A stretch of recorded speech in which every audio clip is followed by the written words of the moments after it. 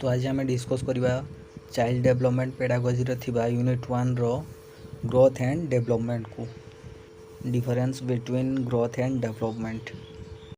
साधारणतः भाव में आम ग्रोथ कहले कौन बुझा ना वृद्धि एवं डेवलपमेंट कहले आमर कौन ना विकास होता है जोटा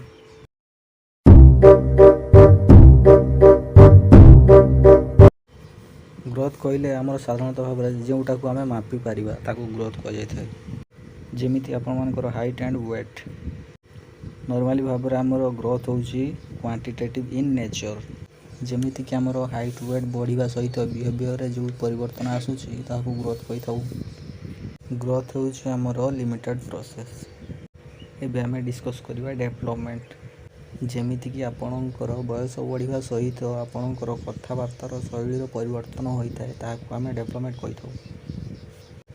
नॉर्मली आपण मानकर छोट बड़े गोटे प्रकार बिहेवियर एवं बड़ होला परे अन्य एक बिहेवियर देखा मिलता है।